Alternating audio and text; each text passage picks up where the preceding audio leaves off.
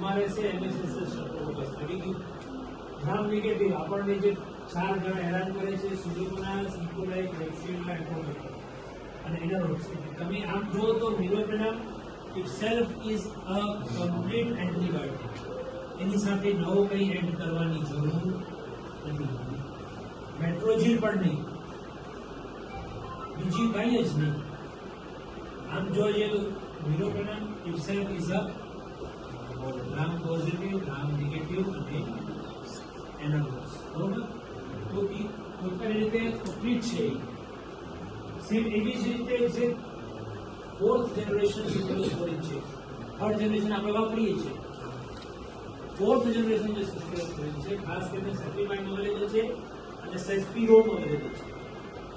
એ પણ પોતાની રીતે ગ્રામ પોઝિટિવ અને ગ્રામ નેગેટિવ કરંટ કવર કરે છે. એનારોબ્સમાં લિમિટેડ એક્ટિવિટી છે એટલે એની સાથે મેટ્રોજીલ આપવાની આવે. આપણે ઘણી વખતે મેટ્રો એની સાથે જ્યારે આપતા હોઈએ ને ત્યારે સમજો મિરોપેનમ સાથે બીજું કંઈ આપતા હોઈએ,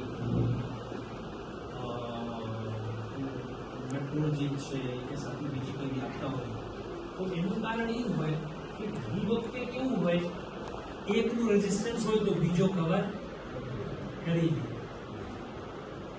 હવે ગ્રામ નેગેટિવ કરે છે એમાં કોઈ ડાઉટ નથી. આ ગ્રામ નેગેટિવ કરે છે, ગ્રામ પોઝિટિવ કરે છે, પણ ઘણી વખતે ફોર એક્ઝામ્પલ ફોર્નિયસ ગેંગ્રીન છે. ફોર્નિયસ ગેંગ્રીનમાં પેશન્ટ સેપ્ટિસિમિયા છે અને એન્ટીબાયોટિક જાય છે, ખાલી મિરોપેનમ ને સુધરતો નથી, તો થઈ શકે છે કે કોઈ ઓર્ગેનિઝમ છે યા તો મિરોપેનમ કવર નથી કરતો ને યા તો ઓર્ગેનિઝમ રેઝિસ્ટન્સ છે. બરોબર? તો એ ક્લોઝ ઓબ્ઝર્વેશન હતું.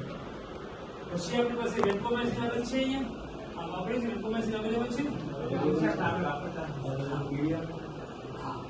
એટલે વેન્કોમાઇસિન તો બી સ્પેસિફિક છે. Vancomycin is mainly for gram positive. એટલે ગ્રામ પોઝિટિવ માટે હાયર સાઇડમાં આપણે જવું હોય તો બે જ દવાઓ છે મેઇનલી, વેન્કોમાઇસિન અને લિનેઝોલિન. બરોબર? ઇકોપેડિન જે છે એ બધું વાપરીએ છીએ. એ સેમ મેં તમને કીધું કે આ બધા જે છે ને એ hospital acquired infection in ICU setup માટે આ રિઝર્વ રાખેલું છે. બરોબર? એઝિથ્રોમાઇસિન નું કવરેજ સારું છે. એમાં ખાસ વાત એ છે કે એ એટિપિકલ બેક્ટેરિયા પણ કવર કરે છે. એટલે ખાસ કરીને એઝિથ્રોમાઇસિન અને ગ્રામ નેગેટિવમાં બી જે કવર કરે છે એ હિમોફિલસ અને મોક્સિલિયા એટલે જે STD હોય છે એમાં લંગ ઇન્ફેક્શનમાં જ્યારે તમને લાગે છે એમાં સ્ટ્રેપ્ટોકોકસ, સ્ટેફાઇલોકોકસ, ક્લેમાઇડિયા અને આ લેજોનિયા.